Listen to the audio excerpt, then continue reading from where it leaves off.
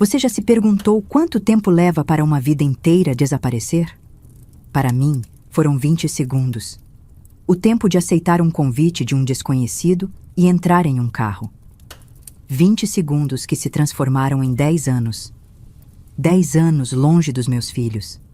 O gosto do café daquela última manhã ainda persiste na minha memória. Um café forte com um fiozinho de leite. Às vezes, acordo no meio da noite com esse sabor fantasma na língua, como se meu corpo quisesse me lembrar do último momento de normalidade que vivi. Quando fecho os olhos, ainda posso ouvir o barulho das colheres batendo nas xícaras, as vozes dos meus filhos discutindo sobre quem usaria primeiro o banheiro, o rádio anunciando a previsão do tempo para aquela sexta-feira de agosto. Naquela manhã de 1999, enquanto ajeitava a gola da camisa do uniforme do meu filho caçula, Nicolau, eu não fazia ideia que aquele seria nosso último toque por uma década. Quando ajudei Letícia, minha menina de 9 anos, a prender o cabelo em um rabo de cavalo, não imaginei que, quando voltasse a tocar aqueles fios, eles já não seriam mais de uma criança, mas de uma mulher. Há uma crueldade particular em não poder se despedir. Em não saber que um momento comum, colocar a mochila nas costas dos filhos, passar manteiga em um pão, dizer comportem-se na escola, será a última memória que eles guardarão de você por anos. Se eu soubesse, teria abraçado mais forte, teria olhado mais profundamente nos olhos deles, teria dito não apenas até logo, mas todas as coisas importantes que uma mãe precisa dizer aos filhos para uma vida inteira. Sabe o que é mais estranho sobre desaparecer? É que para você, que sumiu, o mundo continua existindo em suas memórias, exatamente como o deixou. Mas para todos os outros, a vida seguiu em frente. Durante 10 anos, eu alimentei a imagem dos meus filhos exatamente como eram naquela manhã. Letícia com seu sorriso faltando um dente da frente. Nicolau com aquela franja teimosa que caía sobre os olhos. Em minha mente, eles permaneciam crianças, congelados no tempo, enquanto no mundo real eles cresciam, mudavam, se tornavam pessoas diferentes. Quando você é arrancada da sua vida, não é apenas o presente que roubam de você. Roubam também o seu futuro e, de alguma forma perversa, até mesmo o seu passado. Porque suas memórias se tornam um fardo pesado demais para carregar. Durante 10 anos, não fui Carmen Oliveira, a professora de português da escola estadual, mãe da Letícia e do Nicolau. Durante 10 anos, fui Maria Estela, uma sombra, uma fantasma, uma mulher sem história, obrigada a viver uma vida que não era minha, em um país que não era o meu, falando uma língua que não era a minha língua materna. As palavras que eu ensinava com tanto carinho nas minhas aulas de português se transformaram em sussurros noturnos, em orações desesperadas, em promessas para o escuro de que um dia, de alguma forma, eu voltaria para casa. A verdade é que há cicatrizes que o tempo não apaga. Há ausências que nada pode preencher. 10 anos. 3.650 dias. Cada um deles marcado por uma linha invisível na parede da minha memória, como um prisioneiro conta o tempo em sua cela. E agora, 16 anos depois do meu retorno, ainda me pego contando, ainda me pego tentando recuperar o tempo perdido, sabendo que é impossível. Esta é a minha história. A história de como fui sequestrada e fiquei 10 anos longe dos meus filhos. E mais importante, a história de como voltei. Antes daquela sexta-feira fatídica de agosto de 1999, minha vida era o que muitos chamariam de comum. Acordava às 5:30 da manhã, preparava o café, arrumava as crianças para a escola e, depois de deixá-las na porta do colégio, seguia para a Escola Estadual Professor Anísio Teixeira, onde eu dava aulas de português para turmas do ensino fundamental. Não era uma vida extraordinária, mas era minha, e eu a amava profundamente. Eu era uma mulher de 32 anos, divorciada há 4. O pai das crianças, Roberto, havia decidido que nossa história tinha chegado ao fim quando Nicolau tinha apenas 3 anos. Preciso me encontrar, Carmen, ele disse, enquanto arrumava suas malas. Como se pudesse se encontrar abandonando 2 crianças pequenas e uma hipoteca por pagar. Ele se mudou para Florianópolis com uma colega de trabalho mais jovem, e as visitas aos filhos se tornaram cada vez mais raras com o passar dos anos. Nossa casa era pequena, no bairro Jardim Paulista, em Ribeirão Preto. 3 quartos, um quintal com um pé de acerola que as crianças adoravam e uma cozinha com azulejos amarelos que eu sonhava reformar um dia. Vivia com meu salário de professora, alguns bicos de tradução que fazia nas madrugadas e uma pensão irrisória que Roberto enviava quando se lembrava. Não era fácil, mas nunca deixamos de ter o essencial. E tínhamos algo mais valioso. Éramos unidos, nós 3. Nas paredes da sala, mantinha os desenhos que Letícia fazia na escola. Ela tinha um talento especial para as cores e formas. No quarto de Nicolau, uma coleção de carrinhos em miniatura que começamos a montar quando ele tinha 4 anos. Cada aniversário, cada Natal, cada pequena conquista, um carrinho novo para a coleção. Nas noites de sexta-feira, nossa tradição era pizza caseira e sessão de filmes alugados na locadora da esquina. Letícia sempre queria histórias de princesas. Nicolau preferia aventuras com heróis. Acabávamos revezando as escolhas, semana sim, semana não. Minha mãe, Dona Cândida, morava a poucos quarteirões e vinha quase todos os dias para ficar com as crianças quando eu dava aulas à noite. Minha irmã Teresa, 5 anos mais nova, solteira e mergulhada em sua carreira como enfermeira no Hospital das Clínicas, aparecia aos domingos com doces da padaria e novidades da cidade. Éramos uma família pequena, mas unida. Eu acreditava que aquela estrutura, por mais simples que fosse, seria permanente. Naquele agosto de 1999, o país ainda se ajustava ao Plano Real, implementado 5 anos antes. As pessoas começavam a sentir uma certa estabilidade econômica, depois de décadas de inflação galopante. Na escola, estávamos no meio de uma reforma curricular. Eu tinha acabado de pedir um empréstimo para comprar um computador, algo que me parecia essencial para o futuro, embora eu mal soubesse usá-lo além do básico do Word e dos e-mails que começava a trocar com outros professores. Planejava usar as férias escolares de janeiro para levar as crianças à praia pela primeira vez. Letícia falava nisso há meses, desde que sua melhor amiga voltou bronzeada de Guarujá. Nicolau estava mais preocupado se haveria caranguejo, depois de ver um documentário na TV sobre vida marinha. Eu guardava um pouco do salário todo mês, escondido em uma lata de achocolatado vazia no fundo do armário. Era nossa poupança da praia, como chamávamos. Na última reunião de professores antes do meu desaparecimento, discutíamos sobre a possibilidade de realizar um grande sarau de poesia no final do ano letivo. Fiquei encarregada de selecionar os textos e orientar os alunos nas apresentações. No meu caderno de planejamento, cheguei a fazer uma lista com nomes de Fernando Pessoa, Carlos Drummond de Andrade, Cecília Meirelles, Cora Coralina. Queria que meus alunos entendessem que a literatura podia ser um refúgio, uma forma de entender o mundo, de encontrar beleza mesmo nos momentos mais difíceis. Irônico pensar que seria a lembrança dessas palavras, desses versos que decorei ao longo da vida, que me manteria sã durante os anos mais escuros. Eu não sabia, naquela sexta-feira, que meus planos, meus sonhos, minha vida cotidiana seriam interrompidos tão bruscamente.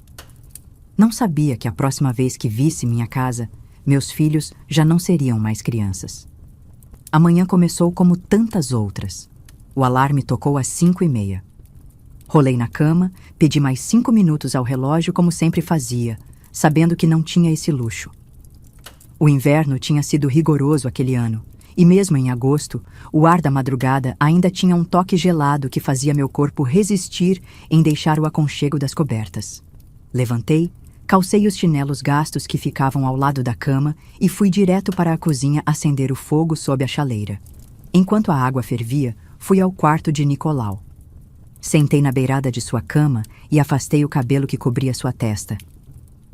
Hora de acordar, campeão, sussurrei como fazia todas as manhãs. Ele resmungou, virou para o outro lado. 8 anos, e já com toda essa resistência matinal. No quarto de Letícia, a situação não foi muito diferente. Minha filha puxou o travesseiro para cobrir o rosto quando abriu uma fresta na cortina, deixando entrar um fiozinho de luz. 5 minutinhos, mãe, ela implorou com aquela voz de sono. Só hoje. Voltei à cozinha, preparei o café, separei o pão na cestinha, coloquei a margarina e o queijo na mesa. Rotina. Uma palavra tão simples para definir a estrutura que mantém nossas vidas em ordem. Naquela manhã, eu estava irritada com a rotina, cansada. Tinha dormido tarde corrigindo redações. Sonhava com um fim de semana tranquilo, talvez um cinema com as crianças. A vida de mãe solo nunca dava trégua. Mãe, não acho meu caderno de matemática? Nicolau gritou do quarto, o desespero evidente em sua voz infantil. A professora vai me matar. A dramaticidade típica de sua idade me fez sorrir, apesar do cansaço. Entre mordidas apressadas no pão com manteiga e goles de café já morno, ajudei-o a encontrar o caderno. Estava embaixo da cama, claro. Apressei Letícia, que demorava demais escolhendo qual presilha usar no cabelo, verifiquei se as lancheiras estavam completas, se as mochilas tinham tudo o necessário. Vocês vão direto para a vovó depois da aula, lembrei enquanto trancava a porta de casa. Tenho reunião de professores hoje e vou atrasar um pouco. No carro, um Chevette azul 1993, que herdei do meu pai quando ele comprou um modelo mais novo, o rádio tocava Vento no Litoral, dos Paralamas do Sucesso. Nicolau reclamava que queria ouvir Mamonas Assassinas. Letícia defendia que era a vez dela escolher a música e queria Sandy & Junior. Eu apenas aumentei o volume, abafando as duas vozes, fazendo ambos protestarem em uníssono. Quando vocês pagarem as parcelas do carro, escolhem a música. Brinquei, repetindo uma frase que meu pai costumava dizer. Eles riram, aquele riso gostoso de criança. O último riso deles que eu ouviria pelos próximos 10 anos. Deixei as crianças na porta da escola, como fazia todos os dias. Letícia me deu um beijo rápido e correu para se juntar às amigas. Nicolau me abraçou um pouco mais forte. Ele sempre foi o mais carinhoso. E então seguiu a irmã para dentro do colégio. Observei até que desaparecessem pelo portão uma mancha de uniformes azul marinho engolida pela escola. Precisava passar na padaria Recanto antes de ir para o trabalho. Seu Adão, o dono, sempre guardava aqueles pãezinhos de leite que eu levava para a sala dos professores às sextas-feiras. Era uma pequena tradição, um mimo que oferecia aos colegas para encerrar a semana. Estacionei algumas quadras antes da escola onde lecionava, como sempre fazia. A padaria ficava naquele trajeto, uma construção simpática de esquina, com uma placa desbotada pelo sol e uma vitrine sempre cheia de doces coloridos que faziam as crianças grudarem o rosto no vidro ao passar. Entrei, cumprimentei seu Adão, pedi meus pães de leite. Enquanto ele os embrulhava em papel pardo, olhei distraída para os biscoitos amanteigados expostos em potes de vidro. Pensei em levar alguns para as crianças, uma surpresa para quando voltassem da escola. Senhora Carmen Oliveira? A voz masculina atrás de mim me fez virar. Um homem de aproximadamente 40 anos, camisa social azul clara bem passada, calças escuras, sapatos engraxados, cabelos curtos, bigode fino e bem aparado, aparência impecável. Em suas mãos, algo que parecia uma identificação oficial em uma carteira de couro. Sou da Secretaria Estadual de Educação, ele disse com um sorriso educado. Precisamos que a senhora nos acompanhe para resolver uma questão sobre sua transferência. Transferência? Que transferência? Não havia pedido nenhuma transferência. Disse isso a ele, confusa. É justamente este o problema, senhora Carmen. Houve um erro administrativo. O diretor Maurício nos pediu que a encontrássemos antes que chegasse à escola. Se puder nos acompanhar, resolveremos tudo rapidamente. Ele mencionou o nome correto do diretor da minha escola. Falou sobre um programa especial do governo estadual, sobre uma possível promoção. Indicou um carro oficial estacionado logo ali. Hesitei. Algo não parecia certo. Mas ele falava com tanta segurança, com tantos detalhes. Mencionou nomes de coordenadores pedagógicos, falou sobre a última reunião de professores e, principalmente, tocou no meu maior medo naquele momento: a possibilidade de perder meu cargo fixo na escola, conquistado com tanto esforço após anos de contratos temporários. Será rápido, ele garantiu. Podemos levá-la de volta à escola depois. Olhei para o relógio. Faltavam 20 minutos para o início da primeira aula. Se fosse realmente uma questão administrativa urgente, talvez fosse melhor resolver logo. Só um momento, disse ao homem enquanto me virava para pagar os pães. Foi nesse instante, nesse pequeno momento de decisão aparentemente banal, que minha vida se dividiu em antes e depois. 20 segundos que separariam a professora Carmen Oliveira da prisioneira sem nome que eu me tornaria. Não percebi que estava sendo sequestrada até estarmos já na rodovia. O homem do bigode foi substituído por 2 outros no carro. Um motorista silencioso e um rapaz com sotaque diferente, mais ríspido. Tiraram minha bolsa, meus documentos. Quando comecei a gritar, fui amordaçada. E assim começou o meu desaparecimento. Assim começaram os 10 anos mais longos da minha vida. O carro acelerou pela rodovia, e só então a realidade do que estava acontecendo me atingiu por completo. Já estávamos bem longe da padaria, da escola, da minha vida. Os homens falavam entre si em voz baixa, alternando entre português e um espanhol carregado. O homem de bigode fino, aquele que se apresentara como funcionário da Secretaria de Educação, agora tinha outra postura. Os ombros mais retos, o olhar duro, nada do sorriso educado de antes. Quando tentei falar, colocaram um pano sobre minha boca com um cheiro forte que me deixou tonta. Lembro de lutado contra a inconsciência, tentando memorizar detalhes do caminho, placas, qualquer coisa que pudesse ajudar depois. Mas as imagens se embaralhavam, a cabeça pesava, as pálpebras fechavam contra a minha vontade. A última coisa que vi antes de perder os sentidos foi um posto de gasolina abandonado com uma placa desbotada. Acordei num quarto úmido e escuro, com apenas uma pequena janela alta que mal deixava entrar luz. Minhas mãos estavam amarradas à frente do corpo, os pés livres, a boca seca, a cabeça latejando. Tentei levantar, mas a tontura me fez cair novamente no colchão fino e mofado que estava no chão. Não tinha ideia de quanto tempo havia se passado. A porta se abriu com um rangido. Um homem diferente dos que me sequestraram entrou. Alto, com cabelos grisalhos e um sotaque que depois aprendi ser paraguaio. A professora acordou, ele disse, mais como uma constatação que um cumprimento. Colocou uma garrafa d'água e um pão no chão perto do colchão. Coma. Precisamos que esteja forte. Por que estou aqui? Quem são vocês? Meus filhos estão me esperando. As palavras saíram em um jorro desesperado. O homem me olhou com uma expressão que misturava tédio e algo próximo de pena. Helena Vasconcelos, esposa de Roberto Vasconcelos. Empresário, Ribeirão Preto. Não sou Helena, sou Carmen, Carmen Oliveira, professora de português da Escola Estadual Monteiro Lobato. Moro em São Carlos, tenho 2 filhos pequenos. Houve um engano terrível.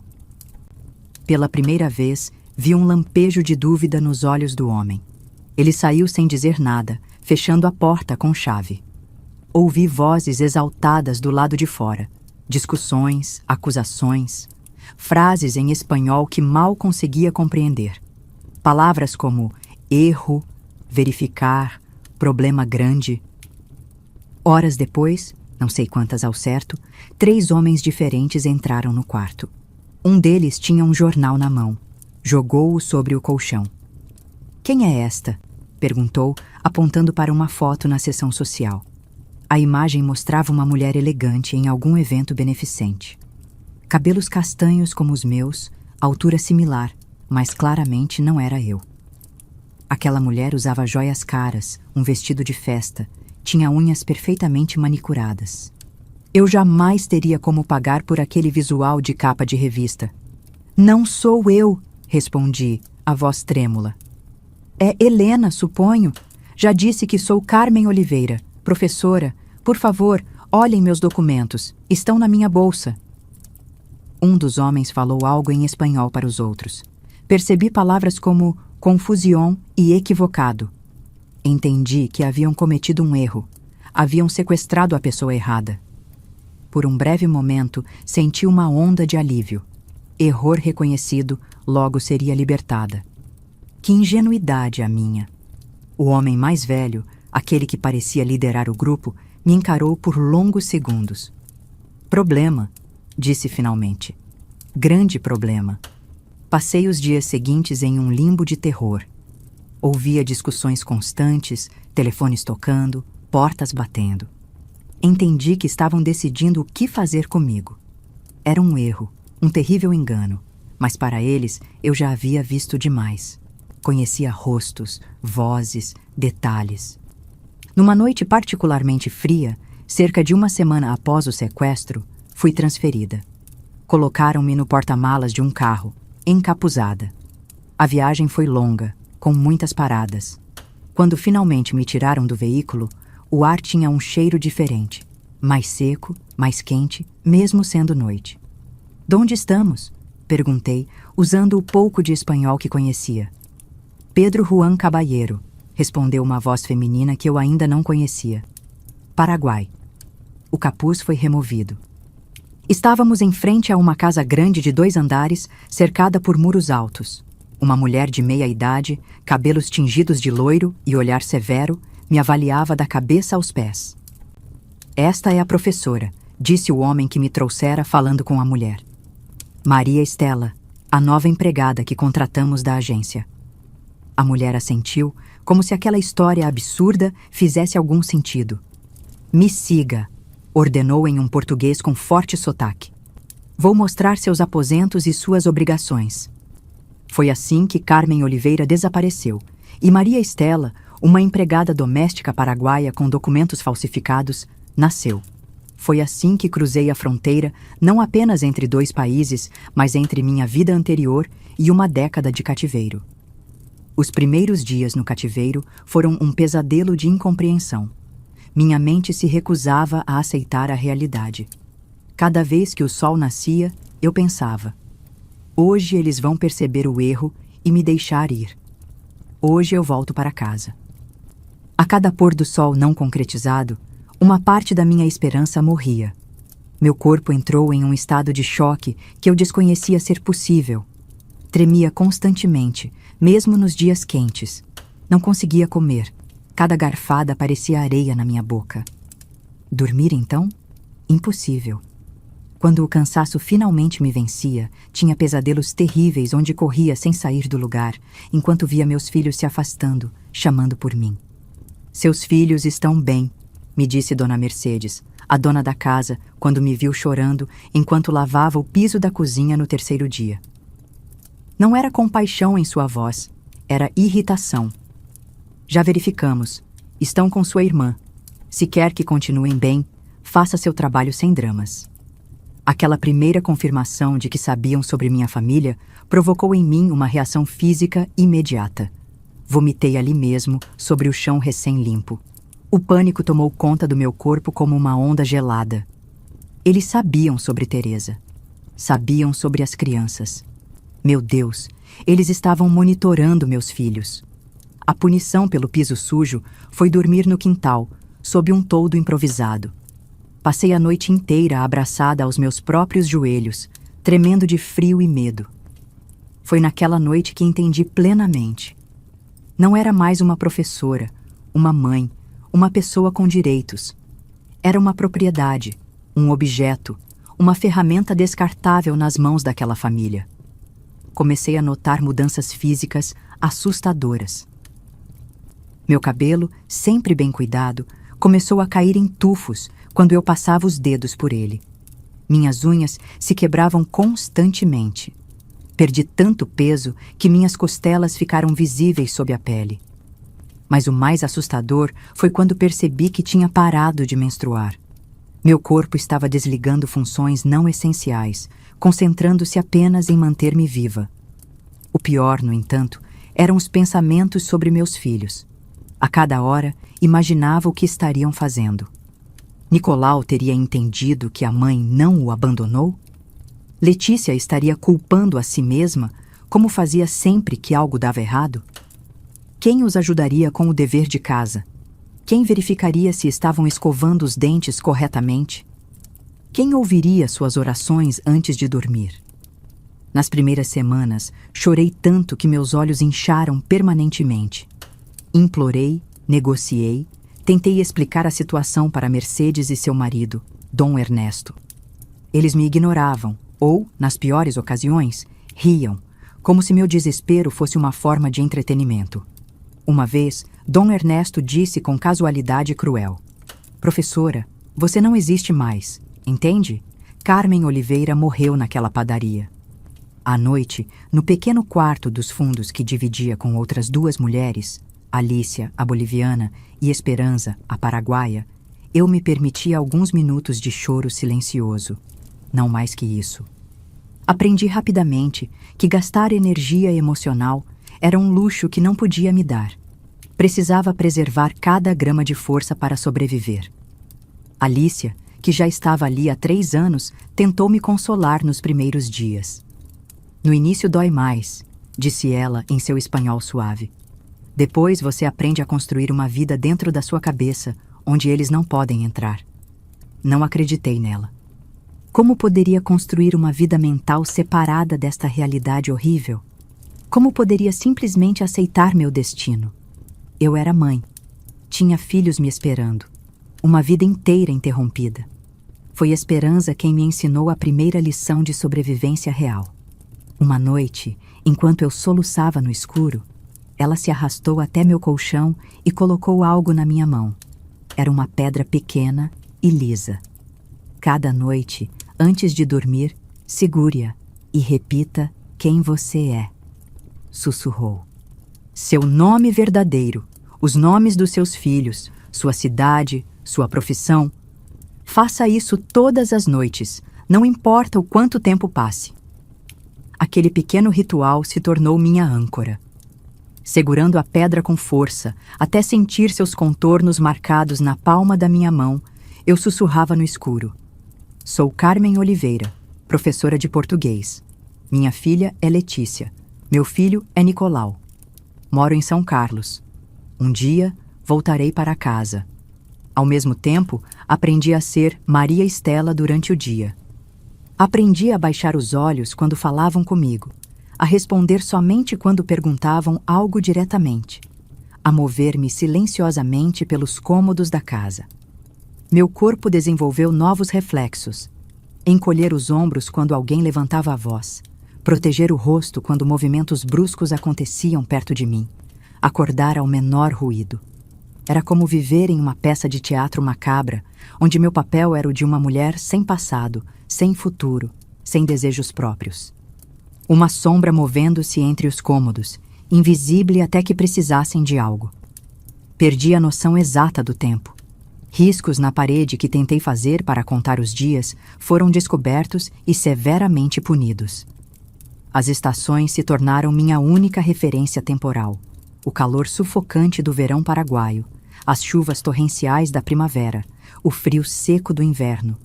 E com cada mudança de estação, uma pequena morte dentro de mim. Mais um aniversário perdido de Letícia. Mais um Natal sem Nicolau. As consequências do meu desaparecimento começaram a se revelar para mim em pedaços esparsos de informação.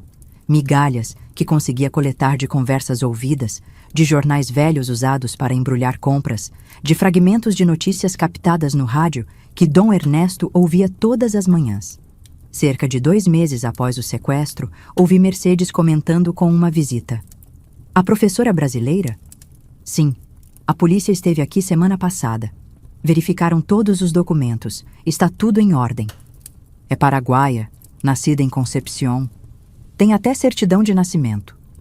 Gelei por dentro. A polícia tinha estado ali, provavelmente a polícia brasileira investigando meu desaparecimento. E não puderam me encontrar porque eu não era mais Carmen Oliveira. Os documentos falsificados haviam funcionado. Para todos os efeitos legais, eu era Maria Estela, uma empregada doméstica paraguaia com 35 anos, solteira, sem filhos. Algumas semanas depois, encontrei um pedaço de jornal brasileiro usado para embrulhar carnes na feira.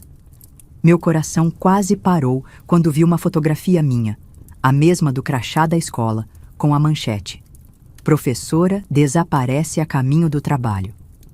O recorte estava incompleto, mas consegui ler fragmentos que mencionavam possível fuga, problemas financeiros e abandonou 2 filhos. Abandonou? Fuga? Aquilo me atingiu como um soco no estômago. Estavam sugerindo que eu havia abandonado meus filhos? Que havia fugido deliberadamente? A injustiça daquela insinuação queimava como ácido em minha garganta. Quando consegui um momento a sós no quarto, chorei como não chorava há semanas. Não bastava estar presa, longe de tudo que amava. Agora meu nome estava sendo manchado. Meus filhos poderiam crescer acreditando que foram abandonados, que não eram amados o suficiente. A ideia era insuportável. Um dia, cerca de 6 meses após o sequestro, Dom Ernesto entrou na cozinha enquanto eu preparava o almoço. Jogou um envelope na mesa. Olhe, ordenou, para você ver que cumprimos nossa parte. Dentro havia algumas fotografias. Com mãos trêmulas, peguei a primeira e imediatamente meus olhos se encheram de lágrimas. Era Letícia, usando um uniforme escolar que eu não reconhecia, saindo de uma escola. Na segunda foto, Nicolau andava de bicicleta em uma praça. Na terceira, os 2 estavam com Teresa na porta do que parecia ser sua casa. Estão bem como prometemos, disse Dom Ernesto com sua frieza habitual. E continuarão bem enquanto você fizer o que mandamos.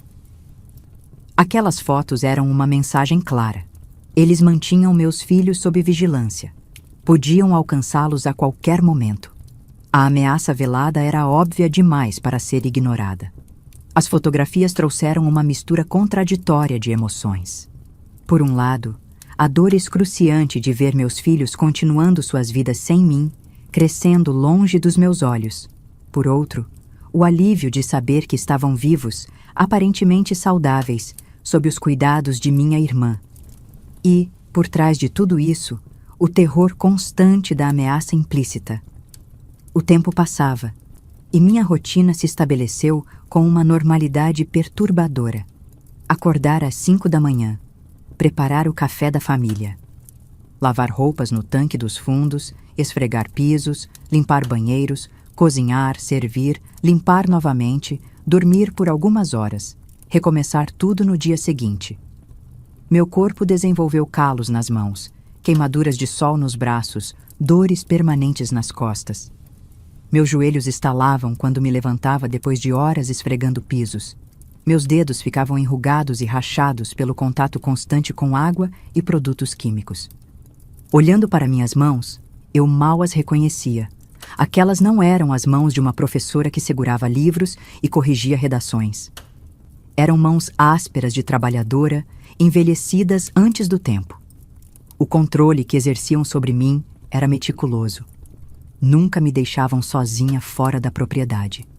Quando precisava acompanhar Mercedes às compras, sempre havia alguém nos seguindo discretamente. Minhas idas ao pequeno mercadinho do bairro eram cronometradas. Aprendi rapidamente que atrasos de mais de 5 minutos resultavam em punições. Mas o pior controle era o psicológico. Dom Ernesto fazia questão de me lembrar regularmente que ninguém no Brasil estava mais me procurando. Você já é um caso arquivado, professora, dizia com aquele sorriso cruel. Dada como morta ou fugitiva. Escolha a opção que preferir. A primeira vez que tentei fugir foi após 8 meses de cativeiro. O plano era simples demais, ingênuo até. Durante uma ida ao mercado, tentei me afastar sorrateiramente e buscar ajuda na pequena delegacia que ficava a algumas quadras dali. Não consegui dar nem 20 passos antes de ser interceptada pelo sobrinho de Dom Ernesto, que sempre nos seguia discretamente. A punição foi 3 dias trancada no depósito de mantimentos. Um cubículo sem janelas nos fundos da casa, com apenas água para beber. Quando finalmente me soltaram, fraca e desorientada, Dom Ernesto me mostrou novas fotografias. Nicolau saindo da escola, Letícia no parque. A mensagem era clara. Durante aquele primeiro ano, senti minha identidade se fragmentando lentamente. Durante o dia, respondia ao nome de Maria Estela, falava um espanhol cada vez mais fluente, executava meu trabalho com a eficiência mecânica que aprendi ser a mais segura. À noite, agarrada à pequena pedra de esperança, sussurrava meu verdadeiro nome e os nomes dos meus filhos como um mantra desesperado. Quando o primeiro Natal chegou, preparei a ceia festiva para a família. Servi a mesa decorada com esmero por ordem de Mercedes e depois me retirei para o quarto dos fundos, onde Alicia e Esperança já dormiam, exaustas. Sentada no chão, usando a fraca luz da lua que entrava pela janela pequena, fiz 2 desenhos toscos em um pedaço de papel que havia conseguido esconder. Um Papai Noel para Nicolau, uma estrela para Letícia. Fechei os olhos e imaginei que poderia, de alguma forma, fazer aqueles desenhos chegarem até eles. Foi naquela noite, sozinha com minha dor muda, que entendi 2 coisas fundamentais. Primeiro, que minha vida anterior estava irremediavelmente perdida. Segundo, que se quisesse sobreviver, não apenas fisicamente, mas mentalmente, precisaria encontrar uma maneira de existir neste novo mundo sem perder completamente quem eu era. A partir daquela noite, comecei a criar sistemas secretos para manter minha sanidade. Um calendário mental meticuloso para não perder a noção do tempo. Histórias que contava para mim mesma antes de dormir, relembrando cada detalhe das nossas vidas juntos. Um diário imaginário onde narrava cada dia para que, se um dia conseguisse voltar, pudesse contar a meus filhos onde estive, o que fiz, como pensei neles a cada momento. O primeiro ano de cativeiro terminou com uma certeza dolorosa. Carmen Oliveira havia sido substituída por Maria Estela aos olhos do mundo. Mas no fundo do meu ser, nas horas mais escuras da noite, nos momentos de solidão absoluta, eu ainda existia, quebrada, transformada, irreconhecível talvez, mas ainda ali. E enquanto existisse, haveria uma chance, por menor que fosse, de voltar para casa. O segundo ano de cativeiro trouxe uma nova camada de desafios. Meu corpo havia se acostumado ao trabalho pesado, meus músculos já não doíam da mesma forma, mas minha mente enfrentava batalhas cada vez mais complexas. A saudade dos meus filhos se transformava gradualmente em algo diferente, não menos doloroso, mas mais profundo, como um órgão vital que pulsava constantemente em dor. Dom Armando, irmão de Dom Ernesto, chegou para morar com a família em meados de 2001. Um homem de temperamento explosivo, com cheiro constante de aguardente. Sua presença significou novas regras, novos perigos. Enquanto Ernesto era calculista e frio, Armando era imprevisível e impulsivo. "A brasileira tem muita pose", comentou ele durante seu primeiro jantar na casa, me estudando enquanto eu servia a mesa. "Nessa casa, ninguém é melhor que ninguém." Naquela mesma semana, ele jogou no chão a comida que preparei, alegando que estava fria demais. Mercedes, que antes me tratava com indiferença calculada, agora encontrava prazer em me humilhar na frente do cunhado. Era como se minha presença tivesse se tornado um entretenimento perverso para ambos. Uma manhã, enquanto lavava roupas no tanque, Dom Armando se aproximou por trás e sussurrou em meu ouvido: "Você não é tão ruim para uma professora." Senti seu hálito quente e alcoólico contra meu pescoço e congelei. Naquele instante, um novo tipo de terror se instalou em meu peito. Passei a dormir com um cabo de vassoura quebrado, escondido sob meu colchão. Alicia me ensinou a identificar os sinais. Quando desviar o caminho, quando se fazer invisível, quando fingir estar doente. "Os homens dessa família têm um padrão", explicou ela em nossos sussurros noturnos. "Aprenda a ler os sinais e evite cruzar o caminho deles nos momentos perigosos." Em uma tarde abafada de janeiro de 2002, recebi uma notícia que reacendeu brevemente minha esperança. Estava varrendo a varanda quando ouvi a rádio que Dom Ernesto mantinha ligada em seu escritório. Uma reportagem sobre tráfico humano na fronteira Brasil-Paraguai mencionava uma operação policial. Por um breve momento, permiti-me sonhar que alguém, em algum lugar, ainda estava procurando pessoas como eu. Foi essa faísca de esperança que me levou à minha segunda tentativa de fuga. Mais elaborada que a primeira, envolveu semanas de observação cuidadosa dos horários e hábitos da família. Esperança havia sido dispensada. Nunca soubemos exatamente para onde foi levada. Alicia e eu havíamos nos tornado confidentes, compartilhando nossos medos mais profundos nas horas escuras. Planejei fugir durante a festa de aniversário de Mercedes, quando a casa estaria cheia de visitantes e a vigilância, presumivelmente, mais relaxada. Eu havia memorizado o trajeto até o consulado brasileiro em Pedro Juan Caballero, economizado pequenas quantias de dinheiro que ocasionalmente encontrava ao limpar os quartos e guardado alguns mantimentos. Na noite planejada, com o coração batendo tão forte que temia que todos pudessem ouvi-lo, aproveitei um momento de distração durante os preparativos da festa e escorreguei pelos fundos da propriedade. Consegui chegar à rua principal e caminhei rapidamente por quase 20 minutos na direção que acreditava levar ao centro da cidade. Foi então que vi o carro familiar se aproximando. Dom Raul, o filho mais velho de Mercedes, dirigia lentamente, seus olhos varrendo as ruas. Escondi-me atrás de uma árvore, prendendo a respiração, rezando para não ser vista. Mas o medo traiu meu corpo. Minhas pernas tremiam tanto que mal conseguia me manter de pé. Maria Estela? A voz de Dom Raul soou próxima demais. O que faz fora de casa a essa hora? Tentei correr, mas ele foi mais rápido. Agarrou meu braço com força suficiente para deixar marcas roxas que durariam semanas. Enquanto me arrastava de volta ao carro, sussurrou: "Você realmente não aprendeu nada, não é? Essa tentativa vai custar caro." O castigo foi além do físico desta vez. Depois de 3 dias no depósito, sem comida nem água adequadas, Dom Ernesto mostrou-me algo que dilacerou o que restava do meu coração.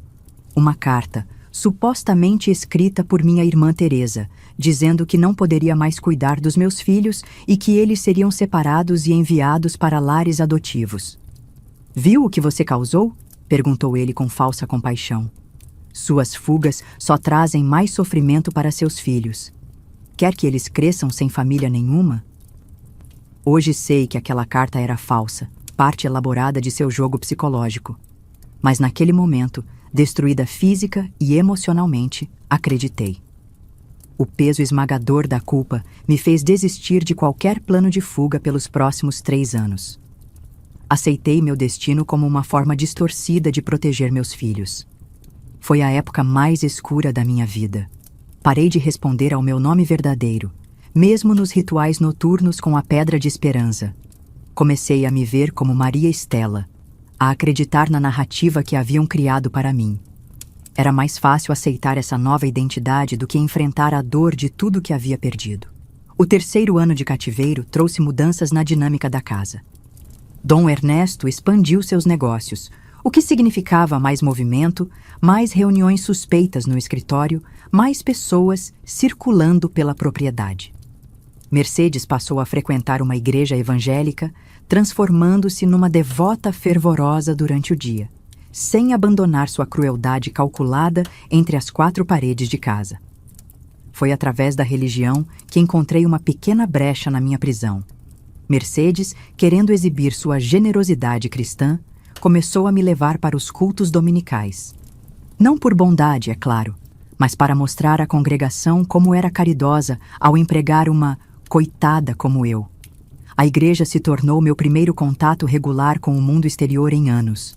Ali, mesmo sob vigilância constante, eu podia ouvir conversas, captar informações, lembrar como era estar em um ambiente onde nem todos me olhavam como propriedade. A pastora Glória, uma mulher de olhos gentis e voz mansa, sempre me cumprimentava pelo nome e perguntava como eu estava. Pequenos gestos de humanidade que me eram negados há tanto tempo. Um dia, após o culto, ela me entregou discretamente um pequeno livro de salmos. "Para te confortar nas horas difíceis", disse, com um olhar que me fez suspeitar que talvez ela intuísse algo sobre minha situação. Escondi o livro como um tesouro precioso, lendo-o à noite sob a fraca luz que entrava pela janela. Com o tempo, desenvolvemos um código silencioso. Ela me perguntava: "Como vai seu coração hoje, Maria Estela?" E dependendo da minha resposta, ela sabia se eu estava em perigo imediato ou apenas sobrevivendo à rotina habitual de abusos. Nunca pude contar a verdade completa. Mercedes sempre estava por perto, mas aquela conexão humana genuína era como água no deserto. Em uma manhã de 2003, enquanto limpava o escritório de Dom Ernesto, encontrei algo que mudou minha perspectiva: um jornal brasileiro recente. Com as mãos trêmulas, olhei rapidamente para a data, 18 de junho de 2003. Por puro instinto, procurei por qualquer notícia relacionada a desaparecimentos, sequestros ou mesmo meu nome. Não havia nada, mas a simples confirmação da data, a conexão tangível com o Brasil, com minha realidade anterior, trouxe lágrimas aos meus olhos. Comecei a prestar mais atenção às conversas, aos documentos deixados sobre mesas, aos telefonemas. Tornei-me uma observadora meticulosa, coletando fragmentos de informação como quem junta migalhas para sobreviver. Aprendi que Dom Ernesto estava envolvido em negócios ilícitos que iam muito além do contrabando comum. Havia menções a documentos falsos, transporte de pessoas, subornos a autoridades. Certa noite, ouvi uma discussão acalorada entre Ernesto e Raul. O filho defendia que era hora de se livrar dela, referindo-se claramente a mim. "Ela sabe demais agora, pai. É um risco desnecessário." O medo que senti foi diferente de qualquer um anterior. Não era mais apenas sobre privação de liberdade, mas sobre minha própria sobrevivência. Percebi que precisava de uma nova estratégia, não para escapar, mas para me tornar indispensável. Gradualmente, comecei a demonstrar habilidades que poderiam ser úteis a eles. Quando percebi que Dom Ernesto lutava com correspondências em português para seus contatos brasileiros, comecei a oferecer ajuda discreta para corrigir erros. Quando notei que Mercedes se frustrava com as contas domésticas, passei a organizar os recibos e fazer cálculos precisos de despesas. "A professora tem seus talentos", comentou Ernesto certa noite, enquanto eu servia o jantar. Não havia bondade em sua voz, apenas a fria avaliação de um recurso útil. Em 2004, fui transferida de funções. Além do trabalho doméstico, passei a ajudar na organização de documentos e na correspondência do negócio familiar. Era uma posição perigosa, via coisas que poderiam facilmente justificar minha eliminação, mas também me dava acesso a informações, telefones, ocasionalmente até computadores. Foi nessa época que tentei minha terceira fuga, não física, mas um pedido de socorro ao mundo exterior. Durante uma rara ocasião em que fui deixada sozinha com o computador para organizar uma planilha, consegui enviar um e-mail apressado para o endereço da escola onde lecionava. Não sabia se o endereço ainda existia, se alguém leria a mensagem ou se poderia ser rastreada até mim. A mensagem era simples e desesperada. "Sou Carmen Oliveira. Estou viva. Sequestrada em Pedro Juan Caballero. Por favor, informem autoridades." Cliquei em enviar com o coração na garganta. Depois apaguei todo o histórico que pude. Por semanas, vivi em tensão constante, esperando ser descoberta a qualquer momento. Cada chamada telefônica, cada visita inesperada me fazia gelar de medo. Mas nada aconteceu. Nenhuma polícia apareceu, nenhum resgate, nenhuma punição. Mais tarde, descobri que o servidor de e-mail exigia uma confirmação por código que nunca recebi, e a mensagem provavelmente nunca foi enviada. Outra esperança desfeita. A desilusão após essa tentativa fracassada me levou ao ponto mais baixo até então. Parei de usar a pedra de esperança. Parei de sussurrar meu nome verdadeiro à noite. Aceitei que talvez nunca mais veria meus filhos, que morreria como Maria Estela em terra estrangeira. Foi Alicia quem me resgatou desse abismo. Numa noite, enquanto estávamos sozinhas no quarto dos fundos, ela me mostrou algo que havia escondido por anos. Uma foto desbotada de seus próprios filhos, deixados na Bolívia. "Cada manhã que acordo é por eles", disse ela, com uma determinação tranquila que me envergonhou. Mesmo que nunca mais os veja, continuarei vivendo por eles. É o único poder que realmente tenho. Suas palavras acertaram algo profundo em mim.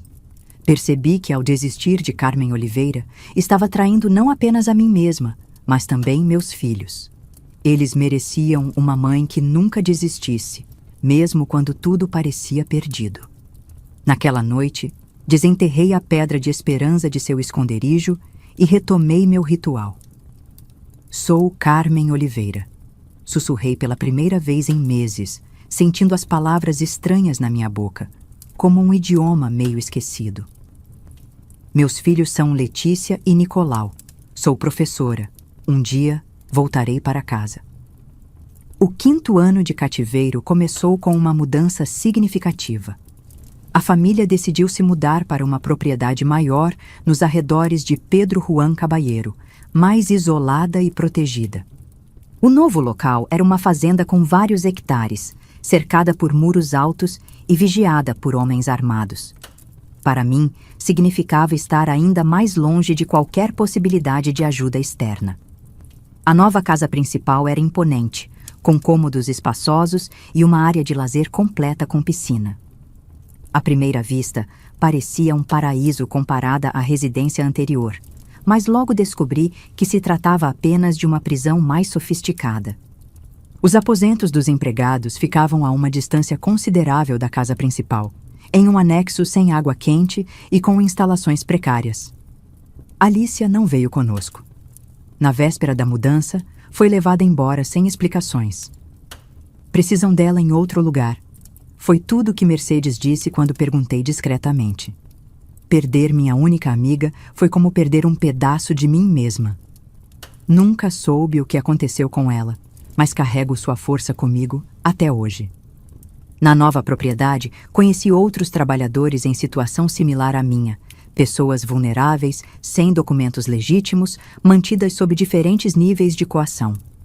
Havia Juan, um paraguaio idoso que cuidava da manutenção, Gabriela, uma jovem indígena que trabalhava na cozinha, e Paulo, um brasileiro que, como eu, havia sido trazido sob falsas promessas e agora trabalhava como motorista e faz tudo. Paulo se tornou um aliado cauteloso. Trocávamos informações em breves conversas, sempre alerta para não sermos flagrados. Foi ele quem me contou que estávamos em 2005, que o Brasil tinha um novo presidente, que o mundo estava mudando enquanto permanecíamos presos naquele limbo. Eles têm conexões fortes, explicou-me uma vez, enquanto fingíamos verificar um problema no jardim. Polícia, políticos, juízes, por isso ninguém mexe com eles. A mudança para a nova propriedade trouxe também uma expansão dos negócios de Dom Ernesto. Percebi um fluxo constante de visitantes importantes. Homens em carros luxuosos, reuniões a portas fechadas, malas trocadas de mãos no escritório. Meu trabalho agora incluía servir essas reuniões, o que me dava acesso a fragmentos de conversas. Aprendi a parecer invisível, a me mover como uma sombra pelos ambientes, enquanto absorvia cada informação que pudesse ser útil. Foi durante uma dessas reuniões que ouvi algo que reacendeu minha esperança. Autoridades brasileiras estavam intensificando o combate ao tráfico humano na fronteira. Havia menção a uma força-tarefa especial, investigações em andamento. Dom Ernesto parecia preocupado, mais cauteloso que o normal. Aquela informação me deu um novo propósito. Se as autoridades estavam atentas, talvez houvesse uma chance. Precisava encontrar uma forma de me conectar com essa investigação, de fazer minha existência conhecida pelo mundo exterior. Paulo me trouxe notícias do Brasil quando podia. Pequenos recortes de jornais, comentários sobre o que ouvia no rádio durante suas viagens. Foi através dele que soube que minha cidade natal havia inaugurado um novo campus universitário, que a seleção brasileira havia ganhado mais um campeonato, que novas tecnologias transformavam o cotidiano. Agora todo mundo tem celular, contou-me certo dia, mostrando discretamente o aparelho que Dom Ernesto lhe havia dado para trabalho. E alguns têm acesso à internet neles. A menção à internet acendeu uma ideia em minha mente. Se conseguisse acesso a um telefone, talvez pudesse fazer contato com o mundo exterior. Mas os riscos eram enormes. O telefone de Paulo certamente era monitorado, e qualquer tentativa descoberta resultaria em consequências graves não apenas para mim, mas também para ele. Em meados de 2006, um evento inesperado mudou a dinâmica da casa. Mercedes sofreu um derrame que a deixou parcialmente paralisada. De repente, precisavam urgentemente de alguém para cuidar dela em tempo integral. Dom Ernesto decidiu que eu seria essa pessoa. Você tem educação, sabe ler instruções médicas, disse ele com aquela frieza habitual. E já está aqui há tempo suficiente para saber as consequências de qualquer erro. Tornar-me cuidadora de Mercedes era, ironicamente, tanto uma prisão mais estreita quanto uma pequena expansão de minha liberdade. Passei a dormir em um quarto de serviço adjacente ao quarto dela na casa principal, com a porta sempre aberta para que pudesse ouvir se ela me chamasse durante a noite. Estava sob vigilância constante, mas também tinha acesso a áreas da casa antes proibidas. Mercedes, antes cruel e dominadora, estava agora dependente de mim para as necessidades mais básicas. Havia algo profundamente perturbador em ver aquela mulher que aterrorizou meus pesadelos, reduzida a uma figura frágil que precisava de ajuda para tomar banho ou se alimentar. Em seus momentos de lucidez, ela me olhava com um misto de raiva e impotência. Foi durante esse período que descobri um telefone fixo no escritório de Dom Ernesto que raramente era usado. Ficava em um canto sobre uma mesa secundária, provavelmente uma linha mantida por precaução. Comecei a estudar os horários, os momentos em que a casa ficava mais vazia, as ocasiões em que poderia arriscar uma ligação sem ser descoberta. O plano era arriscado. Não sabia mais os números de telefone da minha família. Eles certamente teriam mudado após tantos anos. O único número que conseguia lembrar com certeza era o da escola onde trabalhava. Memorizei-o como um mantra durante anos, mesmo sem saber se ainda seria válido. Em novembro de 2006, encontrei minha chance. Dom Ernesto havia viajado para Assunção. Raul o acompanhara e Mercedes estava sedada após uma crise. A casa estava sob a supervisão de funcionários de menor confiança. Com o coração batendo como um tambor, entrei sorrateiramente no escritório e disquei o número da Escola Estadual Professora Helena Machado. Após vários toques, ouvi uma voz feminina a atender. Escola Helena Machado. Bom dia. O som de uma voz brasileira, de alguém do meu mundo anterior, quase me fez desabar. Ah, alô, gaguejei, percebendo que mal me lembrava como iniciar uma conversa telefônica normal. Eu preciso... Por favor, eu sou Carmen Oliveira, professora desaparecida em 1999. Estou viva. Estou sendo mantida em cativeiro no Paraguai. Houve um breve silêncio, depois a voz, agora claramente confusa. Como? Quem está falando? Carmen Oliveira, professora de português, repeti com urgência. Desapareci em agosto de 1999. Por favor, contate a polícia. Diga que estou em Pedro Juan Caballero, na propriedade da família. Ouvi passos no corredor. Desliguei o telefone com as mãos trêmulas e saí rapidamente do escritório, fingindo estar procurando algo para Mercedes. Por dias, vivi em um estado de terror constante, esperando que a qualquer momento Dom Ernesto entrasse furioso pela porta, que minha tentativa de contato fosse descoberta. Mas nada aconteceu. Semanas se passaram sem qualquer sinal de que minha mensagem havia sido recebida ou levada a sério. Talvez a secretária tenha pensado que era um trote. Talvez o número da escola tivesse mudado, e eu havia falado com um desconhecido qualquer. Outra tentativa frustrada. O fracasso dessa ligação me ensinou uma lição valiosa. Precisava ser mais estratégica. Não bastava apenas fazer contato. Precisava fornecer informações suficientes para ser encontrada, provas de minha identidade, detalhes que pudessem ser verificados. E mais importante, precisava de um plano que não dependesse de uma única tentativa desesperada. Foi nessa época que comecei a documentar secretamente meu cativeiro. Usando pedaços de papel encontrados no lixo do escritório, comecei a escrever datas, nomes, detalhes dos negócios que testemunhava, descrições da propriedade. Escondia esses fragmentos dentro do forro descosturado do colchão, criando um arquivo improvável do meu próprio desaparecimento. O ano de 2007 trouxe uma nova dinâmica à casa. Mercedes, parcialmente recuperada, havia se tornado uma paciente ainda mais difícil, amarga, exigente, muitas vezes violenta em suas limitações.